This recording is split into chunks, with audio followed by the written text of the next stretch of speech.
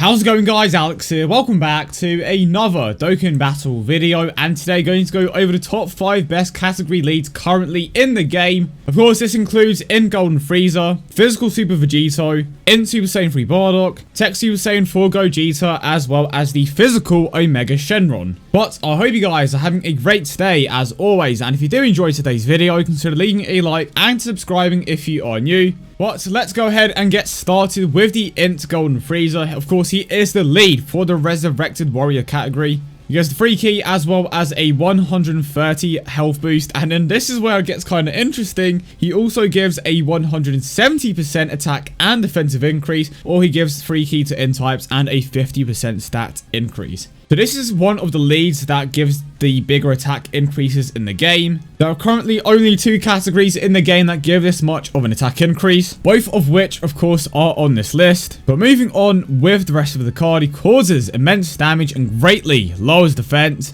He has a 12 key multiplier of 150%, and he also has a farmable super attack. And of course, if we move on to his passive, he gets a 150% attack increase, and on top of that, he also gets a 50% defensive increase at the start of the turn. Now, this is where the card kind of gets similar to the Tech Merger Master. He lowers the attack of super type enemies and allies by 15%. So let's say you're jumping into a boss battle that is a super type, he would reduce their attack by 15%, but he also does the exact same thing to your super type allies. Which is why when it comes to the Resurrected Warriors or Revive Warrior category, you generally just want to run a villain-centric team. But most of the time, people tend to run units like Super Saiyan 3 Bardock, maybe even Tapion.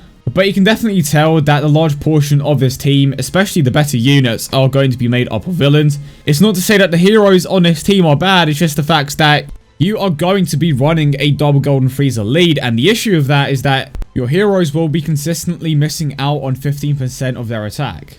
But moving on to his link set, he has Prodigies, Universe's Most Malevolent, Revival, Strongest Clan in Space, Brutal Beatdown, Tournament of Power, as well as Fierce Battle. So one major link that he is missing out on, of course, is Big Bad Bosses, which does hurt him slightly, and to be honest, his main attack link is easily going to be Fierce Battle. He doesn't have shocking speed, so he will most likely have a few issues when it comes to this particular team that he is on. He will most likely share the revival link with a few units on this particular team, but the majority of the time it's not going to be the case. And of course, the main category that he is a part of is the Resurrected Warrior category, which of course he is the leader for, and the Universe Survival Saga team, or category, whatever you want to call it. And when it comes to that particular category, the major issue is that it doesn't exactly have that great of a lead. It does have multiple great units in it, but ultimately it is still missing out on a consistently good lead. But Angel Golden Frieza, without a doubt, is easily one of the better units in the game. His leader skill is insane. His category overall is just an absolutely insane monster. But ultimately, he will be ending up in the number 5 spot. And the reason why I say this is because whilst he is good, he isn't that great outside of his own category. Majority of the time, he isn't going to be sharing the major links with the majority of the other units on your team.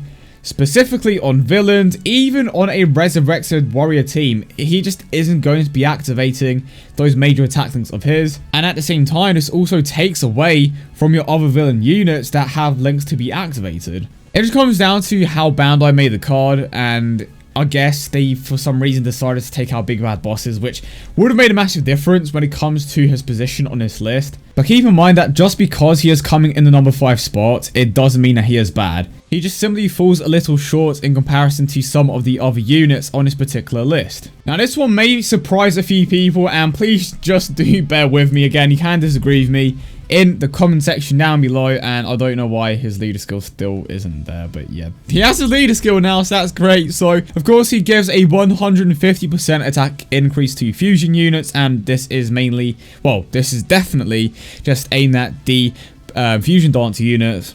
So, of course, Super Saiyan 3 Gotenks, Super Saiyan 4 Gogeta, Super Gogeta. This doesn't include Potara units at all. And on top of the 150% stat increase that he gives to that particular category, he also gives a 50% stat increase to tech types. He greatly raises attack and defense for 1 turn and causes immense damage. He has a 12 key multiplier of 150%. He gets a 120% attack increase, and this is something that people do tend to overlook just because, I mean, damage is just the main thing right now. He reduces the attack and defense of extreme type enemies by 20%, so keep in mind that this is for only extreme type enemies. He also has a high chance of evading enemy super attacks and countering with tremendous damage. And of course it says that the tremendous power multiplier is 350%, but a real area that he lacks in is just simply his link skills. He has Super Saiyan, which is of course just a guaranteed link there, provides 10%, Fist Battle as well, which provides him with a 15% attack increase. But apart from that, he is legit not getting any other attack increases from his attack links because he has any. He doesn't have Saiyan Raw, which would provide him with a massive 25% attack increase. I mean, he does have Kamehameha, but that's just providing a measly 2000 attack increase. Granted, it does make a small difference, but nothing compared to what a 25% attack increase would make. But this ultimately just comes down to what the character is, or who he is overall. The form that he's in drains stamina massively. He needs the GT link just because, of course, he is part of the GT franchise. He needs Fuse Fighter, he needs Shocking Speed because he's easily one of the fastest characters in the entirety of the series. So he's just kind of screwed for being who he is. Like, he was just kind of doomed from the start, which is one of the areas, like I mentioned before, that he lacks in is the major attack links, for example, say in Raw. And there's just nothing that you can do about it. I mean, they kind of tried to make up for that fact by greatly raising his attack and defense for one turn with a super stat mechanic, but that still kind of holds him back. It's not to say that he is a bad unit by any means, and I definitely changed my mind from when I made my previous video comparing him to Omega Shenron, of course. But just looking at them as individual units, you can definitely tell which unit is better than the other. And of course, based on multiple calculations and such, it's not a contest, to be honest. But I definitely feel like top 4 to 2 is some of the closest comparisons in the game when it comes to how good one is over the other. But in the end, I did decide to put Super Saiyan 4 Gogeta in that 4th slot. Again, you can disagree with me in the comment section down below. And if you have any particular reason as to why you disagree with me, of course, let me know. But now moving on to my 3rd unit on the list, and of course we have Omega Shenron. He goes 3 key to the Shadow Dragon Saga, as well as a 150% stat increase. And then he also gives the 3 key to physical types and a 50% stat increase. Causes immense damage and greatly lowers defense. He has a 12 key multiplier of 150%.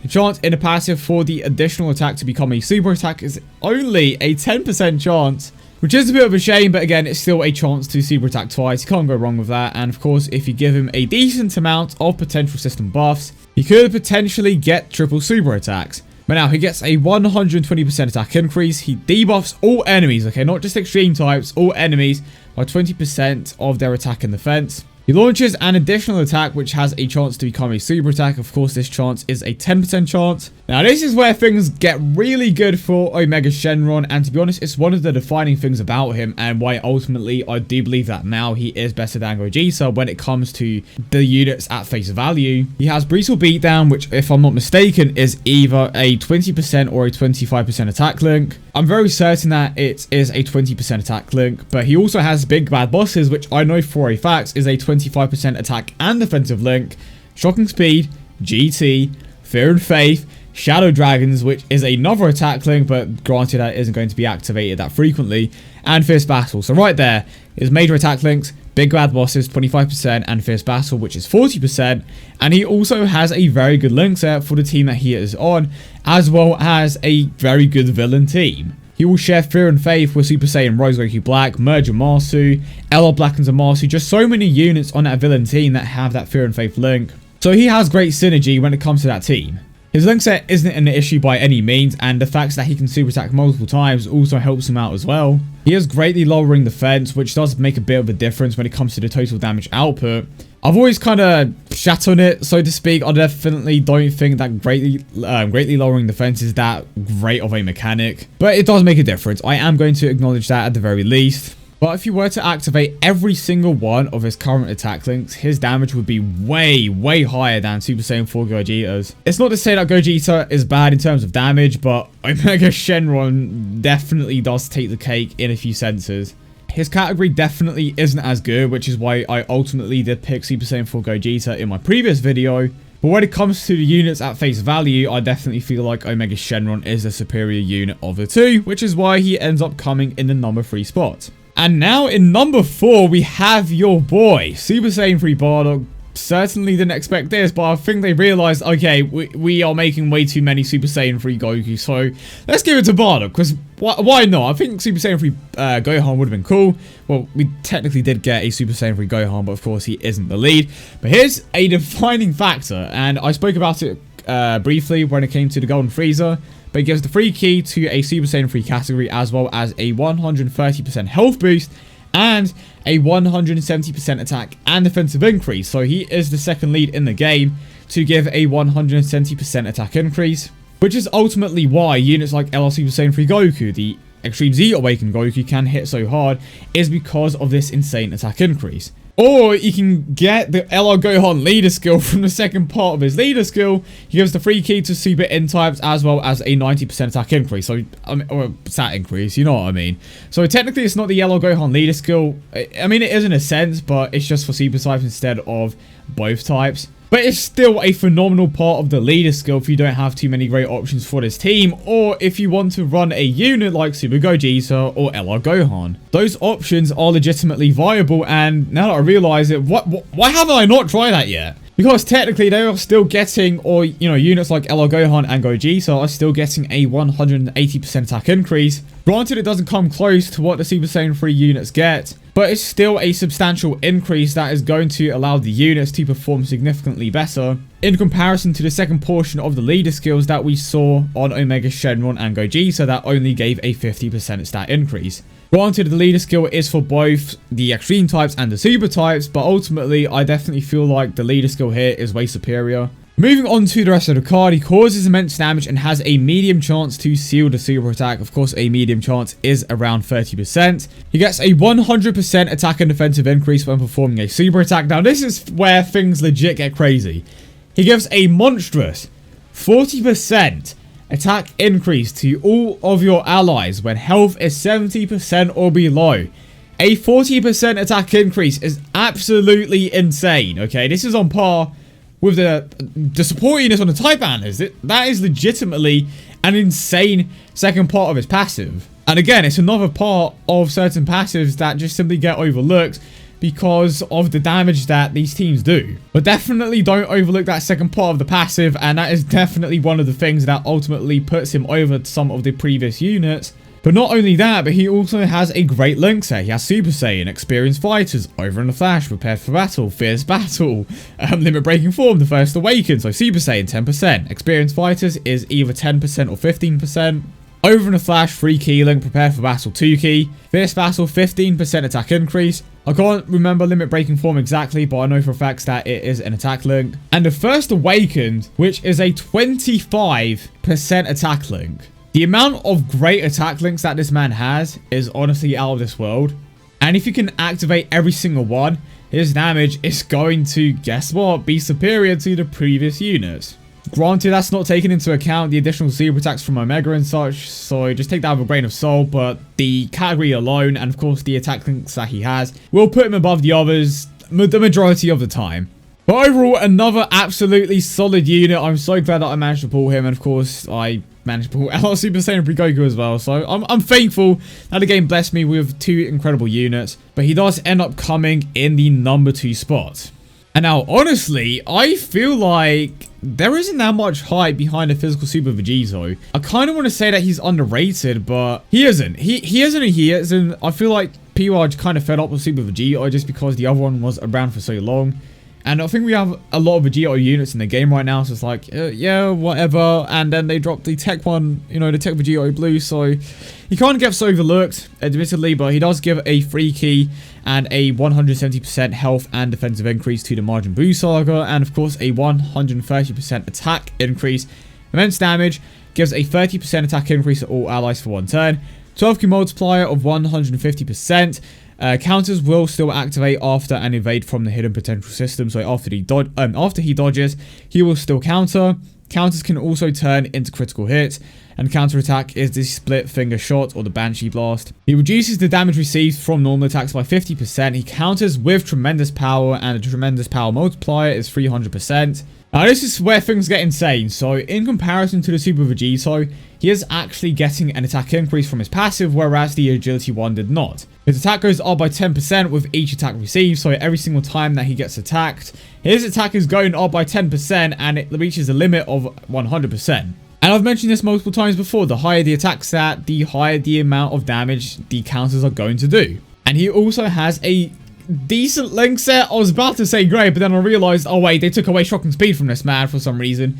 So he has Super Saiyan, Prepare for Battle, Fused Fighter, Power Bestowed by God, In Fighter, which should have been shocking speed, let's be real here, Golden Warrior, as well as Fierce Battle. So his main attack links are going to be Super Saiyan and Fierce Battle. And of course his main key links are going to be Prepare for Battle and Fused Fighter, and what should have been shocking speed that he would share with Ultimate Gohan, but they were like, you know what, screw Gohan, we don't want him to link with anyone, so we're going to take away shocking speed from Super Vegito. But Vegito's tanking abilities, his counters, his super attack damage in general, just easily makes him one of the most efficient units in the game. Like the agility version, he can pretty much tank everything. He is going to be hitting harder though, and he's just an absolute beast overall. The only Transcended Ultra Rare really that can match up to him in terms of damage is Vegito Blue. But with the way that the 3rd year anniversary is going, with them adding this transformation mechanic and just the power creep, I would imagine that Super Vegito is... realistically, I feel like he is going to be forgotten sooner or later. I feel like at this point, people prefer Vegito Blue to Super Vegito. But it is what it is. He still, in my opinion, comes in the #1 spot. He is honestly untouched. I suppose you could call him the king of the game until Vegito Blue came along and just kind of took the slot away from him, even though this Super Vegito in particular never really had a time to shine. But I think I've pretty much gone over everything. I don't think there's much else to say on this particular unit. I personally still prefer the agility type, although that's just probably the nostalgia talking. But Super Vegito is the current winner of this category list. Again, let me know in the comment section down below if you agree or disagree. But as always, of course, I will appreciate any feedback. But yeah, I hope you guys did enjoy the video as always. And if you did, don't forget to leave a like and subscribe for more. Again, let me know your lists in the comment section down below. But if you made it to this point in the video, I appreciate you guys. And of course, if you are new to the channel and you did enjoy today's video, consider smashing that like button and subscribing if you are new. But I hope you guys have a wonderful day, and I will see you all in the next one.